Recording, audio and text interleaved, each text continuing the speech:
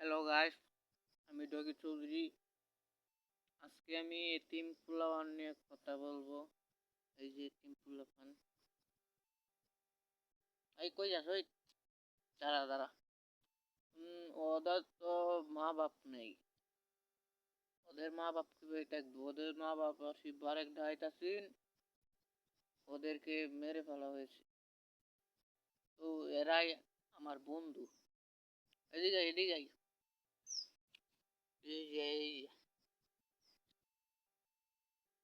ভালো আছো?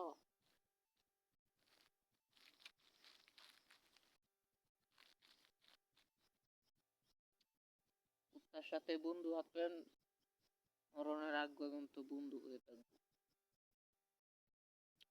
এই যে এরে দেখো, ও হয়েছে ডগি। তো ওইটা হচ্ছে কুচ্চি। ওরা কিছু বলতে পারে না, ওরা তো বোকা। আসলে ওরা আপন বলতে কেউ নাই।